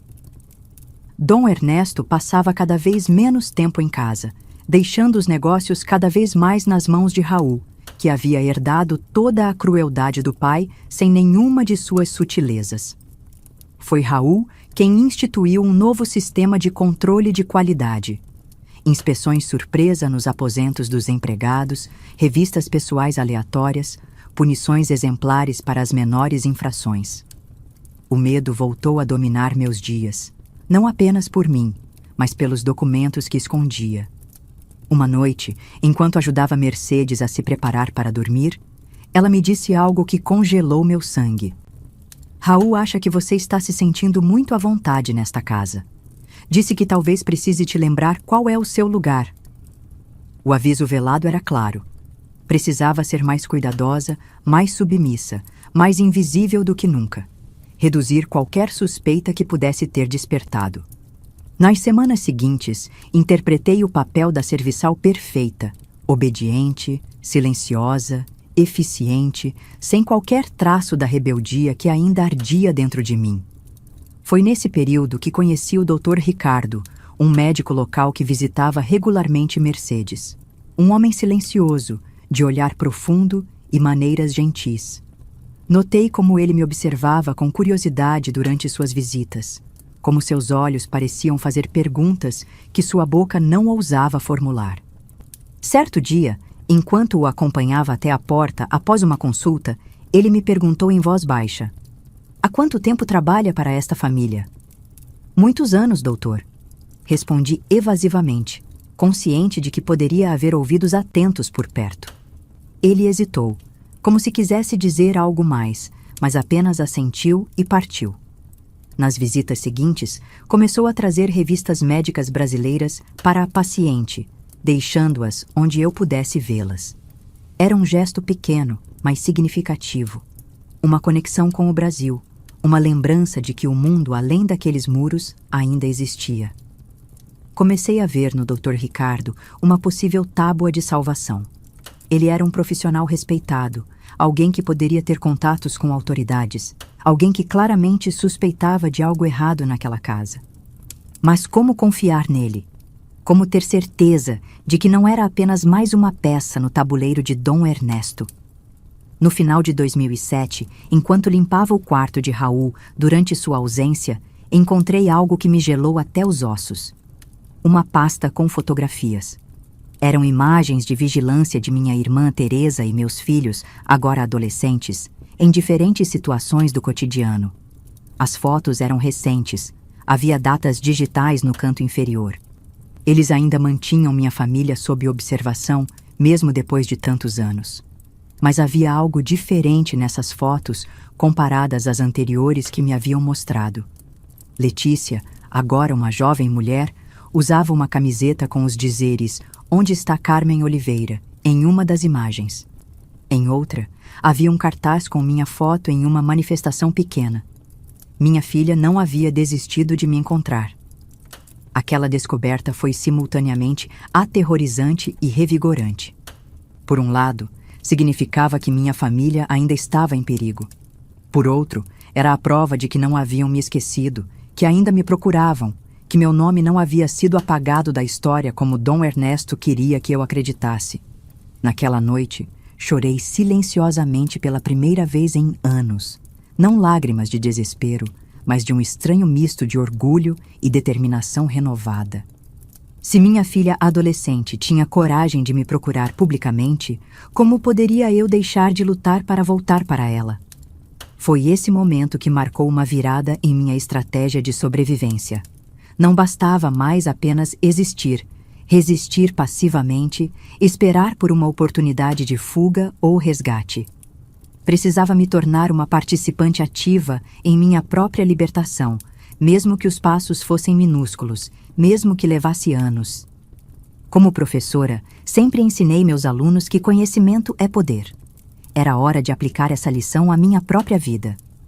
Comecei a absorver tudo o que podia. Detalhes sobre a operação criminosa de Dom Ernesto, nomes de contatos, datas de transações importantes, placas de carros, rotinas de segurança. Cada fragmento de informação era uma pequena arma que um dia poderia usar. O Dr. Ricardo continuava suas visitas regulares, e nossa comunicação silenciosa evoluía. Um dia, ele deixou cair, acidentalmente, um pequeno bloco de receituário com uma caneta. Quando o devolvi, nossos olhos se encontraram por um breve segundo, e entendi a mensagem não dita. Naquela noite, escrevi uma nota sucinta em uma das folhas do bloco. Apenas meu nome verdadeiro, a data do meu desaparecimento e a palavra sequestrada. Na visita seguinte, consegui deslizar o papel para o bolso de seu jaleco, enquanto o ajudava com o equipamento médico. A espera após esse ato foi excruciante. Cada carro na entrada, cada ruído fora de hora, poderia significar resgate ou punição. Passaram-se semanas sem qualquer sinal, até que, durante uma consulta, o Dr. Ricardo me entregou discretamente um frasco de vitaminas. "Tome uma por dia", disse ele em voz alta para quem pudesse estar ouvindo. "Vai ajudar com sua anemia." Dentro do frasco, entre as pílulas, havia um pequeno papel dobrado. Quando finalmente pude lê-lo em segurança, encontrei apenas uma frase: "Mensagem recebida." "Tenha paciência." Aquelas 4 palavras me deram mais força do que qualquer outra coisa nos últimos anos. Alguém sabia. Alguém estava fazendo algo. Pela primeira vez em muito tempo, a esperança não parecia uma ilusão tola, mas uma possibilidade concreta. Os meses que se seguiram formaram o período mais tenso da minha vida. Viver com um segredo daquela magnitude era como carregar uma bomba prestes a explodir. Cada vez que o Dr. Ricardo aparecia para as consultas de Mercedes, meu coração disparava. Nossos olhares trocavam mensagens silenciosas que ninguém mais poderia compreender. Pequenos gestos, uma caneta deixada sobre determinado livro, um comentário aparentemente banal sobre o clima em Ciudad del Este, eram nosso código particular. Em fevereiro de 2009, a saúde de Mercedes deteriorou drasticamente. Dom Ernesto, que raramente aparecia na propriedade nos últimos tempos, voltou para ficar mais próximo da esposa. Sua presença constante reduziu drasticamente minhas possibilidades de comunicação com o Dr. Ricardo. As consultas agora sempre tinham Ernesto ou Raul como testemunhas vigilantes. "A senhora precisa considerar cuidados hospitalares", sugeriu o médico durante uma visita particularmente tensa. "O estado dela está se agravando além do que podemos tratar adequadamente em domicílio." Dom Ernesto recusou imediatamente. Impossível. A família dela sempre tratou suas questões de saúde com discrição. Continuaremos assim. O que nenhum deles percebeu foi o bilhete que o médico deixou discretamente sob o travesseiro enquanto examinava Mercedes. Mais tarde, quando trocava os lençóis, encontrei o pequeno pedaço de papel. Abriu. Prepare-se. 2 palavras. Uma data aproximada. Nenhuma outra informação. Mas era tudo o que eu precisava saber. Por semanas, vivi em um estado de hipervigilância extrema.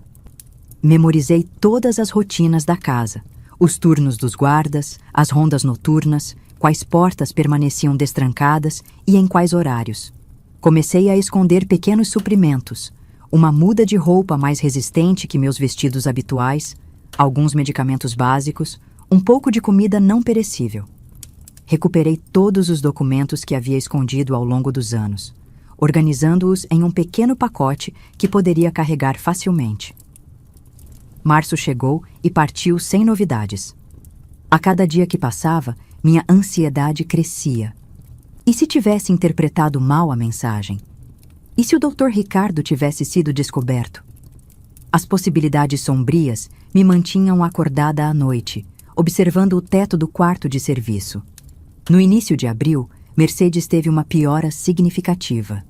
Sua respiração tornou-se tão difícil que mesmo Dom Ernesto não pôde mais ignorar a necessidade de intervenção médica especializada. Após uma discussão acalorada, ele finalmente concordou com a hospitalização, mas com condições específicas: hospital privado, quarto isolado, segurança particular e eu como acompanhante exclusiva.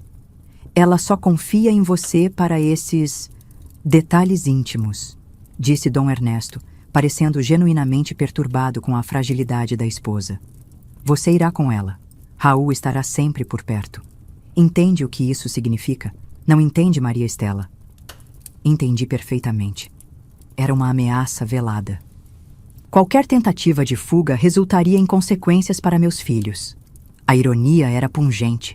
Após quase 10 anos de confinamento naquela propriedade, eu finalmente sairia, mas ainda acorrentada por ameaças invisíveis. Na manhã de 14 de abril de 2009, ajudei a preparar Mercedes para o transporte até a clínica particular nos arredores de Pedro Juan Caballero. Enquanto arrumava suas roupas, notei Raul conferindo uma arma antes de guardá-la no coldre sob o paletó. A visão me gelou o sangue, lembrando-me dos riscos envolvidos no que quer que estivesse prestes a acontecer. Durante o trajeto na van adaptada para o transporte de Mercedes, observei atentamente a cidade passando pela janela. Era a primeira vez em 10 anos que eu via ruas, lojas, pessoas comuns vivendo suas vidas. Crianças indo à escola, vendedores ambulantes, carros buzinando no trânsito. A normalidade cotidiana que me fora roubada por tanto tempo parecia agora quase surreal. A clínica era um prédio elegante de 3 andares, com segurança na entrada e recepção sofisticada. Enquanto Dom Ernesto tratava da internação, permanecia ao lado da maca de Mercedes, com Raul constantemente ao meu lado. Seus olhos nunca deixavam os meus, como um predador vigilante. Foi quando notei algo incomum. Havia mais seguranças do que o normal para um hospital daquele porte. Homens de terno que pareciam estar em comunicação constante através de pequenos dispositivos de ouvido. Eles não usavam o mesmo uniforme dos seguranças regulares do hospital. Seriam homens adicionais contratados por Dom Ernesto? Ou seria outra coisa? Quarto 307, informou a recepcionista. Ala oeste, acesso restrito conforme solicitado. Enquanto subíamos no elevador, Mercedes apertou minha mão com uma força surpreendente para alguém tão debilitado. Seus olhos, semicerrados pela medicação, fixaram-se nos meus. Sabe, Maria Estela, ela sussurrou com voz rouca. Sempre soube quem você realmente é. Meu coração quase parou. Antes que pudesse processar aquela revelação perturbadora, as portas do elevador se abriram no 3º andar. E ali, no corredor à nossa frente, estavam 4 oficiais uniformizados da polícia paraguaia, acompanhados do Dr. Ricardo e de 2 homens em trajes civis que eu não reconhecia. Raul imediatamente levou a mão ao paletó, mas congelou quando percebeu que estava cercado. Dom Ernesto, sempre calculista, manteve uma expressão impassível. Dom Ernesto Álvares?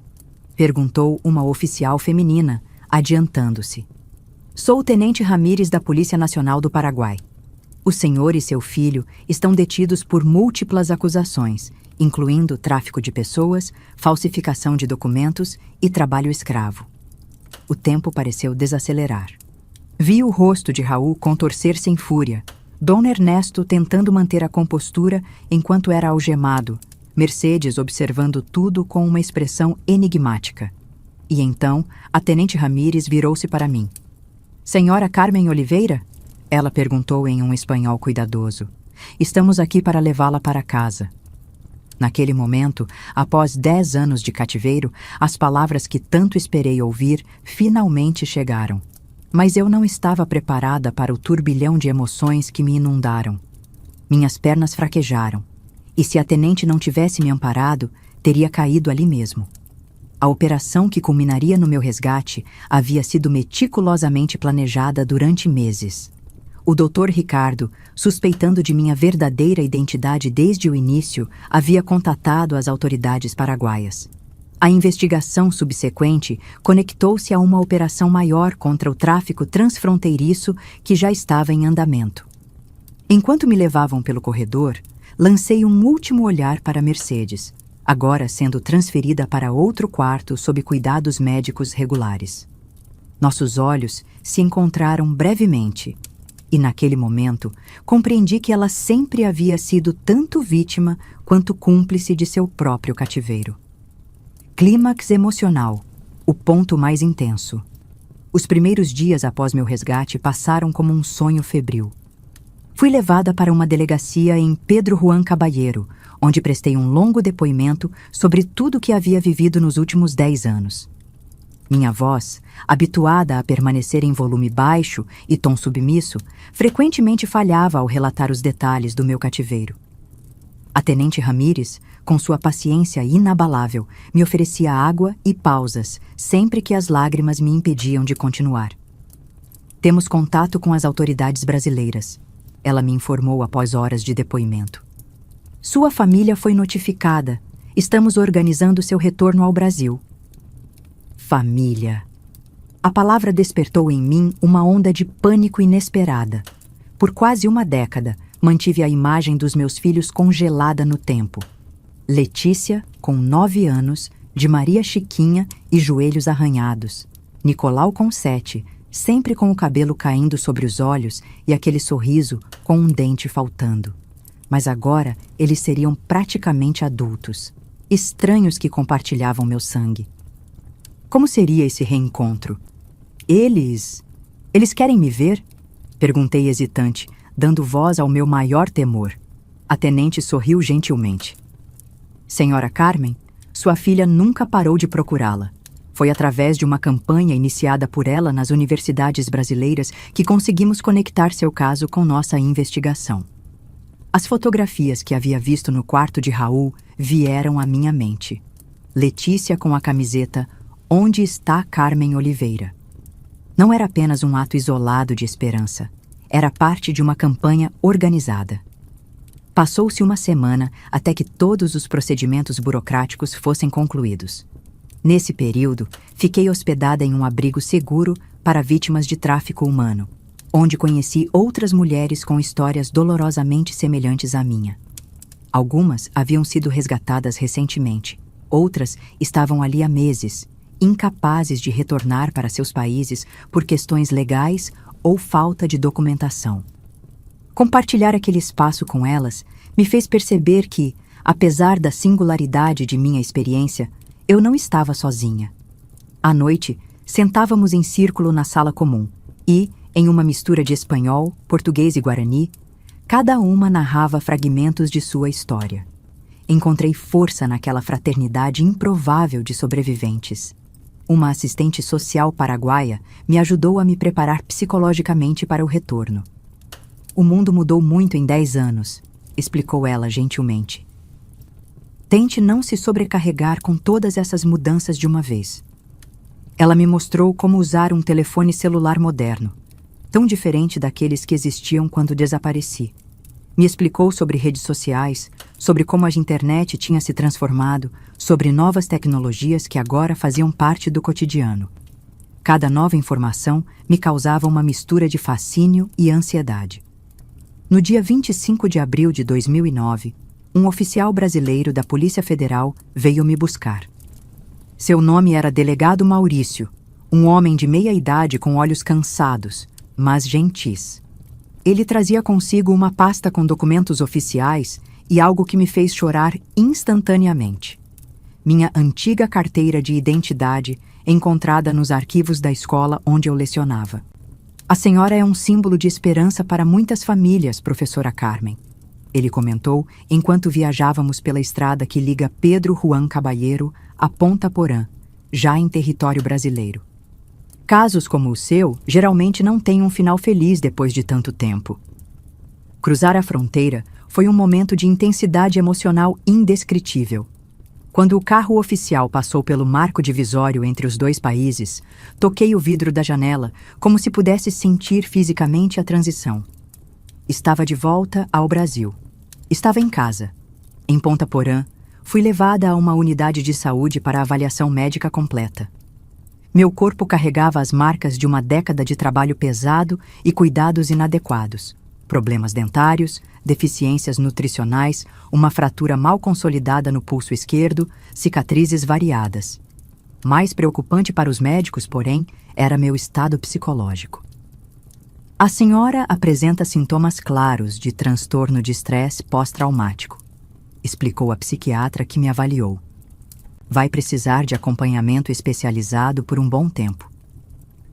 Concordei silenciosamente, sabendo que as feridas invisíveis eram muito mais profundas que as físicas. Os pesadelos, os sobressaltos ao menor ruído, o medo irracional de portas fechadas, todos sinais de um trauma que não seria superado facilmente. No dia seguinte, fui transferida para Campo Grande, onde um avião da Polícia Federal me aguardava para o voo final até São Paulo. Durante todo o trajeto, o delegado Maurício me atualizava sobre o caso contra a família Alvarez. Dom Ernesto e Raul permaneciam detidos, enfrentando acusações graves, tanto no Paraguai quanto potencialmente no Brasil. A operação havia descoberto não apenas meu caso, mas uma rede mais ampla de tráfico humano e contrabando. Sua documentação ajudou muito, ele comentou, referindo-se aos registros detalhados que eu havia mantido escondidos durante anos. Raramente temos evidências tão meticulosas em casos como este. No aeroporto de Congonhas, em São Paulo, uma sala reservada havia sido preparada para nosso desembarque, longe dos olhos curiosos da imprensa que já havia captado fragmentos da história. A equipe da assistência social me explicou como seria o procedimento de reencontro com minha família. Eles estão aguardando em uma sala ao lado, informou a assistente social. Conversamos longamente com eles sobre como este momento pode ser complexo para todos os envolvidos. Não há expectativas de que tudo seja imediatamente perfeito. Assenti, grata pela sensibilidade. Uma década de ausência não seria superada em minutos. Estou pronta, disse, mesmo sabendo que ninguém poderia estar verdadeiramente preparado para um momento como aquele. A assistente social sorriu gentilmente e abriu a porta. Vamos em seu ritmo. Você controla cada passo agora. Enquanto caminhava pelo corredor em direção à sala onde minha família aguardava, senti todo o meu corpo tremer. 10 anos de sonhos, pesadelos, esperanças e desesperanças convergiam para este exato momento. O corredor parecia interminável, cada passo simultaneamente pesado demais e leve demais. Parei diante da porta fechada.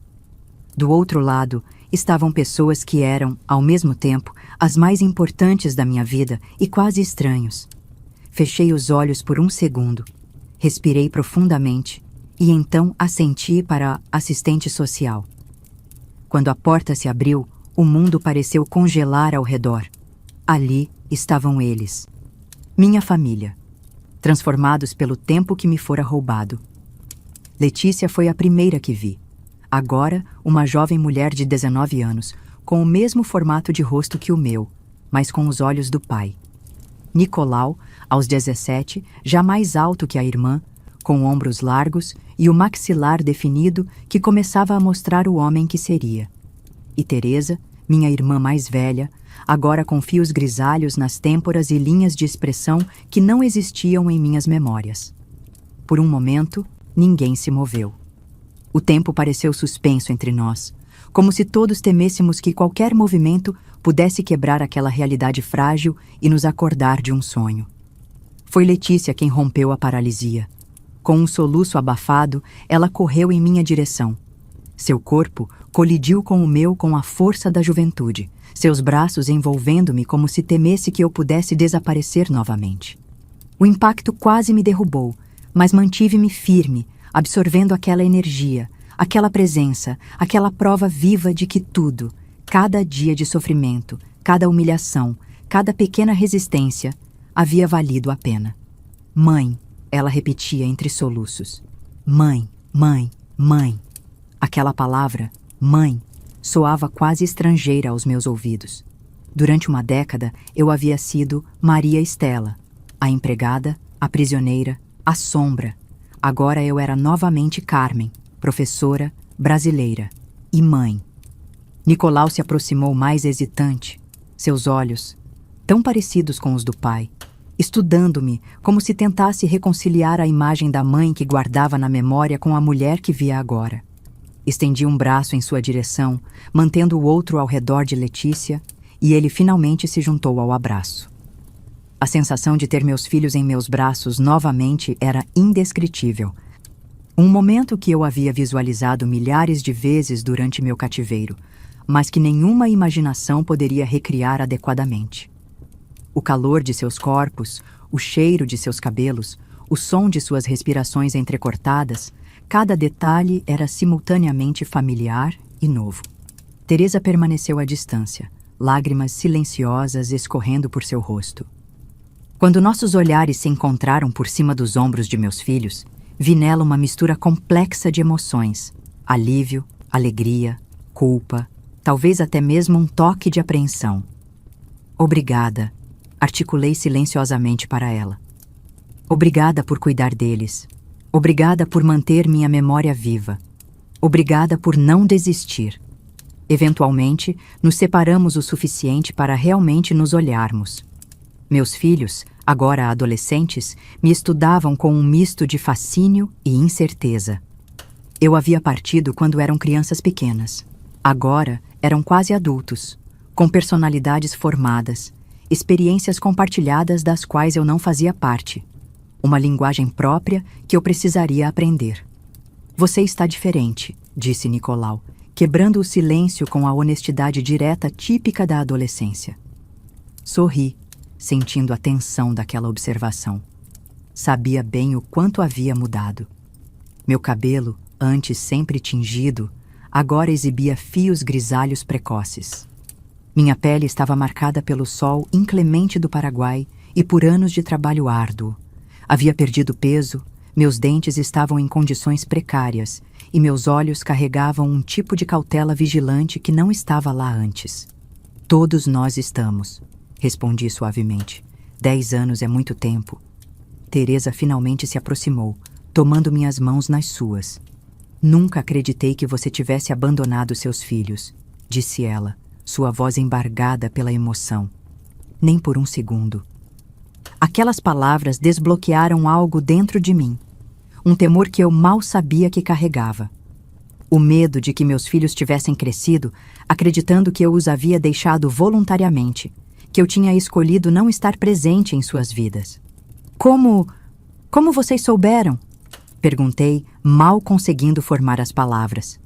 No início, a polícia tratou como um caso de desaparecimento comum, explicou Teresa. Depois, sugeriram que talvez você tivesse partido por vontade própria. Mas nós conhecíamos você. Era impossível. Quando completei 15 anos, continuou Letícia, agora mais composta, decidi que precisava fazer mais. Comecei uma campanha na minha escola. Depois, quando entrei na faculdade de Direito, expandimos para outras universidades. Onde está Carmen Oliveira? Tornou-se um projeto de extensão sobre pessoas desaparecidas. Ela nunca desistiu, acrescentou Nicolau com evidente orgulho da irmã. Mesmo quando todo mundo dizia que era inútil depois de tanto tempo. A campanha havia eventualmente chamado a atenção de uma organização internacional de direitos humanos que trabalhava com casos de tráfico humano transfronteiriço.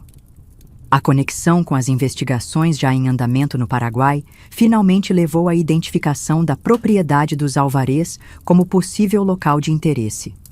Enquanto eles falavam, observei as mudanças em meus filhos. Letícia tinha se tornado uma jovem determinada, eloquente, apaixonada, qualidades que eu mal tivera tempo de vislumbrar na criança de 9 anos. Nicolau, sempre mais reservado, havia desenvolvido uma força silenciosa, uma presença estável ao lado da energia efusiva da irmã. Vocês se tornaram pessoas incríveis, disse finalmente, a voz embargada. Tia Teresa sempre dizia que puxamos o melhor de você, respondeu Nicolau com um sorriso tímido. Aquele comentário trouxe uma nova onda de emoção. Teresa havia mantido minha memória viva.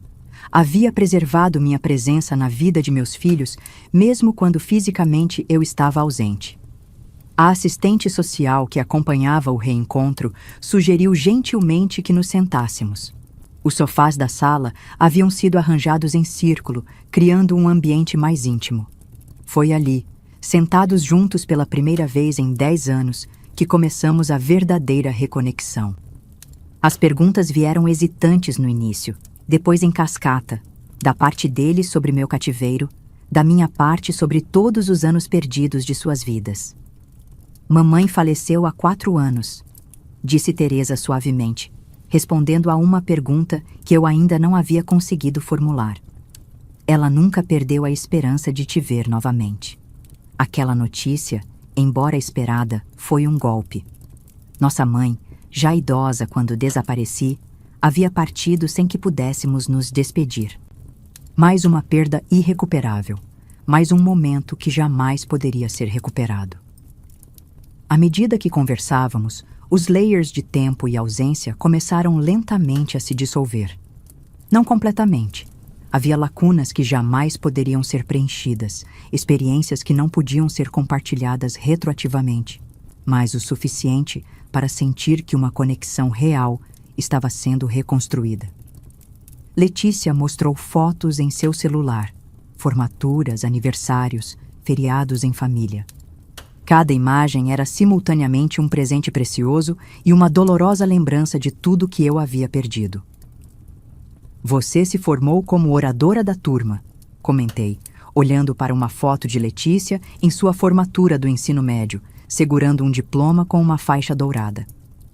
Como você sabe? Ela perguntou surpresa. A faixa no diploma. Eu também fui oradora da minha turma, respondi com um sorriso. Algumas coisas não mudam, mesmo com gerações de diferença.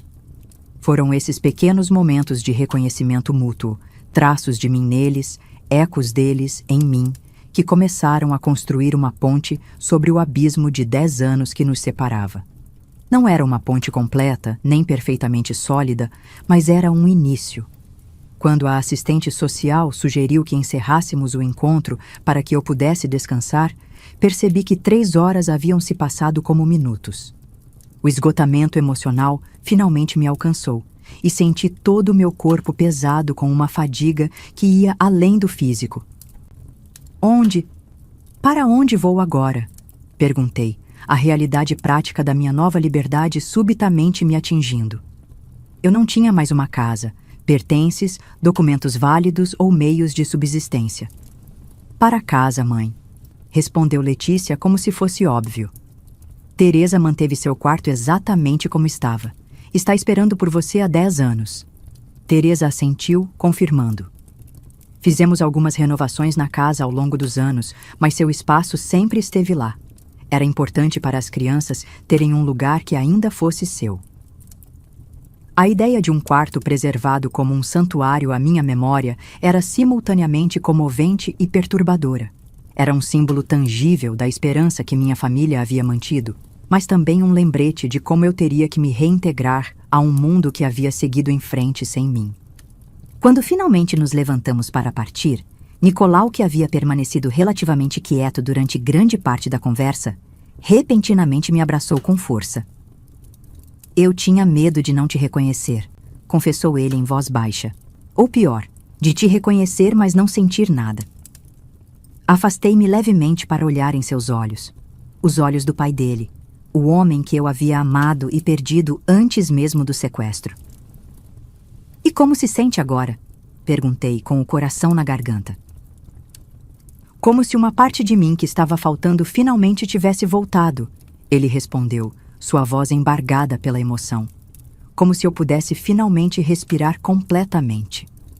Naquele momento, soube que apesar de todos os desafios que ainda teríamos pela frente, a readaptação, o trauma, as diferenças inevitáveis que o tempo havia criado entre nós, tínhamos uma base sobre a qual reconstruir. O amor havia sobrevivido aos 10 anos de separação. Havia sido preservado, nutrido e agora poderia finalmente voltar a crescer. Ao sairmos juntos daquela sala, de mãos dadas como uma família reunida contra todas as probabilidades, senti algo que não experimentava havia uma década. A sensação de caminhar em direção ao futuro, em vez de apenas sobreviver ao presente. O retorno para casa naquele primeiro dia foi como entrar em um sonho familiar, mas ligeiramente distorcido. A casa onde meus filhos haviam crescido sem mim estava diferente. Algumas paredes haviam sido repintadas, móveis substituídos, tecnologias que eu não reconhecia ocupavam espaços que antes eram preenchidos por objetos agora obsoletos. Mas o cheiro era o mesmo. Aquela combinação única de madeira antiga, o jasmineiro no quintal e algo indefinível que era simplesmente lar. Quando Teresa abriu a porta do meu antigo quarto, precisei segurar no batente para não cair. Era como um museu dedicado a uma versão de mim que não existia mais. As paredes azul claras que eu havia pintado num final de semana de 1998. A colcha de crochê feita pela minha avó.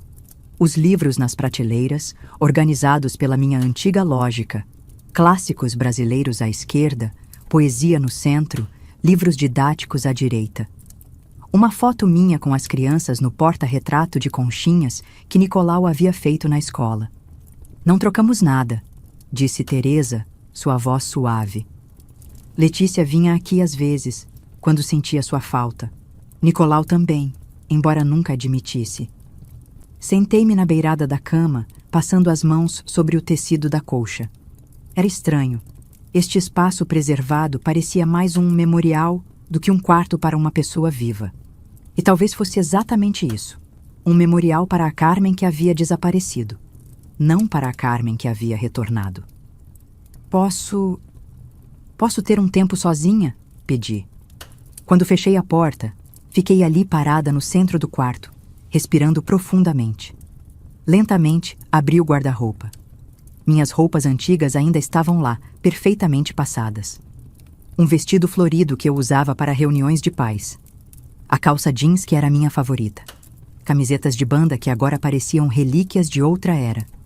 Peguei uma blusa azul turquesa entre os dedos.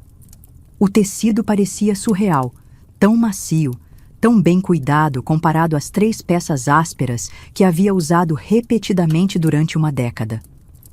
No banheiro anexo ao quarto, encarei meu reflexo no espelho. Algo que raramente me permitiam fazer durante o cativeiro.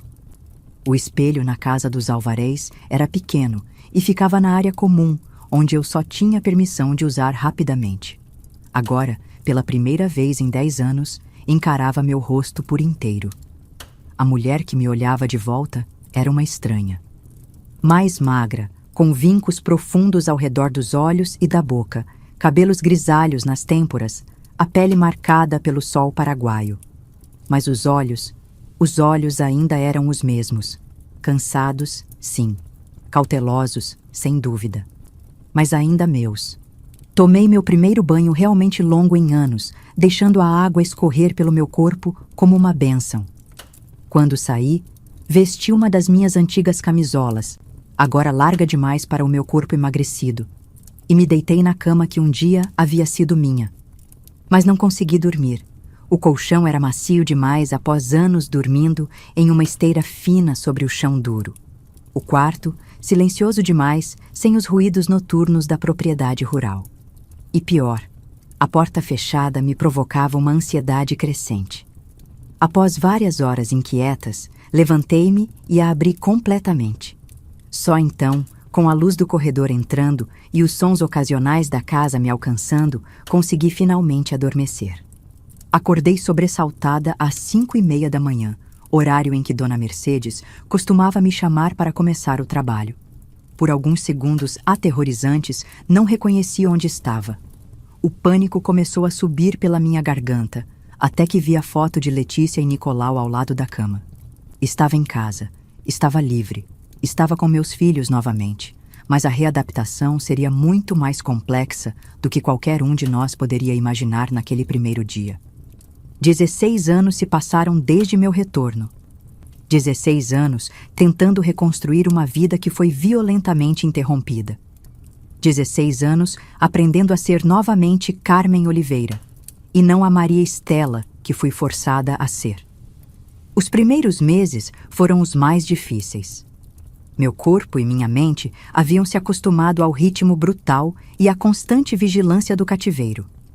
Acordava no mesmo horário todas as manhãs, muitas vezes em pânico. À noite, tinha pesadelos vívidos onde estava de volta à casa dos Alvarez, varrendo aquele pátio interminável de terra vermelha. As tarefas mais simples podiam se tornar montanhas intransponíveis.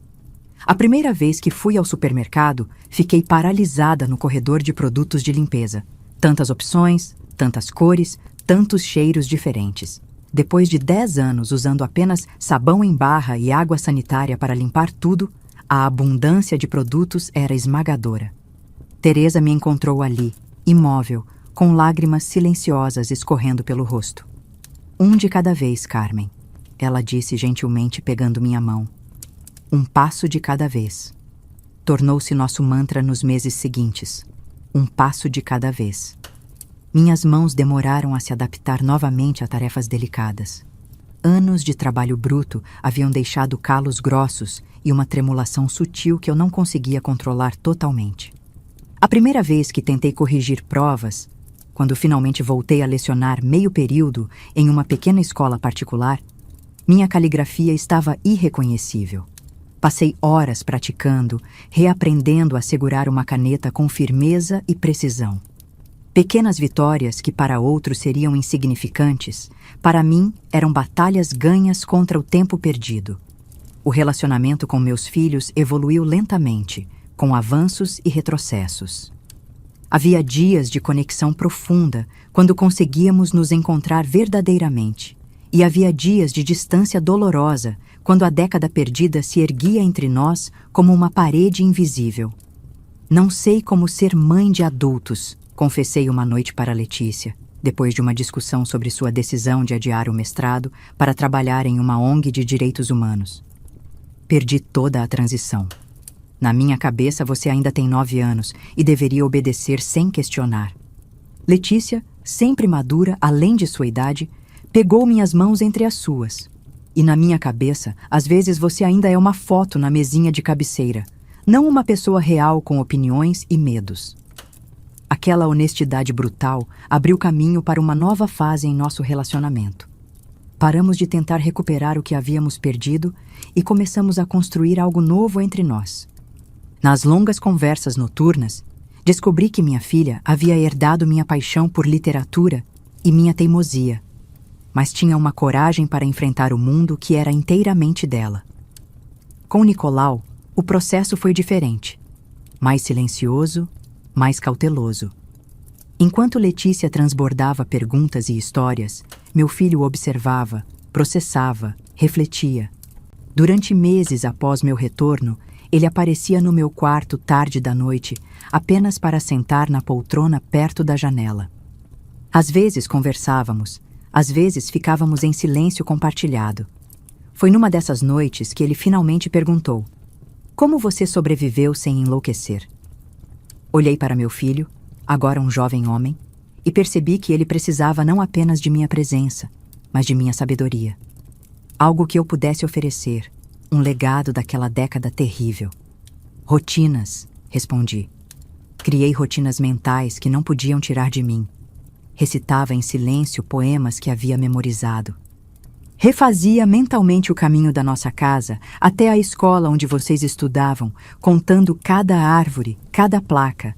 E à noite, antes de dormir, conversava com vocês em minha mente, contando sobre meu dia, imaginando como teriam sido os de vocês. Nicolau absorveu minhas palavras em silêncio. Depois de um longo momento, disse: "Isso explica por que você sempre parece tão presente, mesmo quando está quieta." Foi apenas uma frase, mas aquele reconhecimento de algo que eu havia aprendido no cativeiro, a habilidade de estar plenamente presente em minha própria mente quando tudo mais era negado, foi um dos momentos mais profundos de conexão que tive com meu filho. As cicatrizes não desapareceram com o tempo. Algumas noites ainda acordo gritando. Certos sons, uma porta batendo com força, vidro quebrando, ainda me jogam instantaneamente de volta àquela casa no Paraguai. Mas aprendi a navegar nesse novo mundo, com todas as suas maravilhas e desafios. Uma das surpresas mais doces foi redescobrir os simples prazeres que antes tomava por garantidos. A sensação de grama sob os pés descalços. O gosto de um sorvete de creme em uma tarde quente. A liberdade de escolher o que vestir todas as manhãs.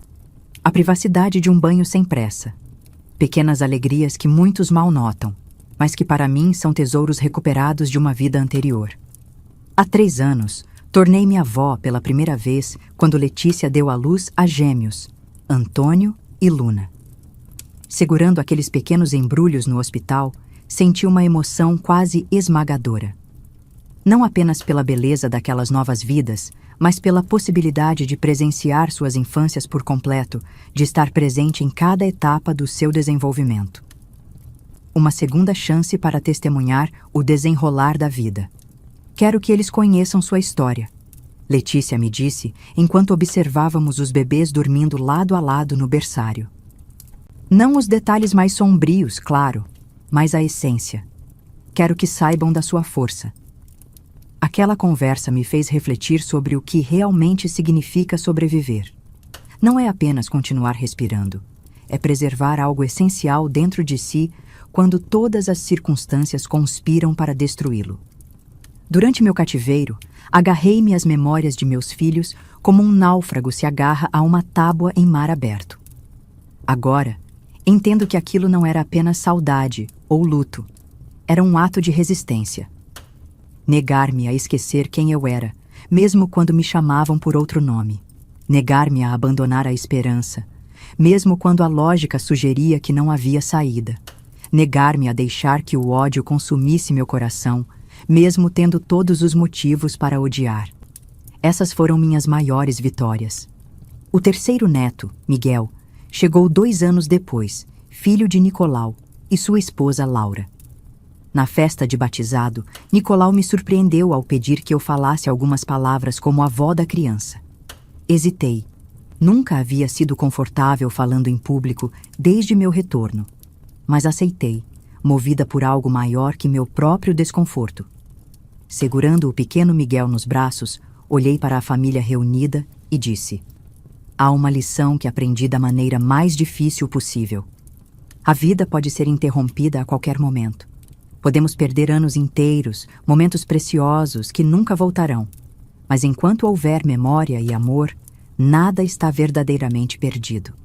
Miguel, meu netinho, você veio de uma linhagem de pessoas que se recusam a desistir, seja da esperança, seja uns dos outros. Hoje, aos 58 anos, descobri uma paz que nunca imaginei possível. Não é uma paz perfeita ou constante. É interrompida por flashbacks, por momentos de angústia aguda, por medos irracionais que ainda me assaltam nos momentos mais inesperados. Mas é uma paz real, construída dia após dia, como um mosaico feito de pedaços quebrados que juntos criam algo belo e resistente. Minha terapia semanal continua sendo essencial. Minha terapeuta, doutora Clara, me acompanha há 15 anos. Foi ela quem me ajudou a entender que integrar minha experiência de cativeiro à minha identidade não significava ser definida por ela. Você não é apenas uma sobrevivente, ela me disse certa vez. Você é Carmen, que também sobreviveu a algo terrível. Voltei a ensinar literatura, embora em uma escola menor e mais acolhedora do que a que lecionava antes. Há algo profundamente reparador em compartilhar histórias com jovens, em mostrar a eles como palavras podem criar mundos, preservar memórias, iluminar caminhos. Nas estantes da minha sala de aula, mantenho livros que memorizei durante meu cativeiro.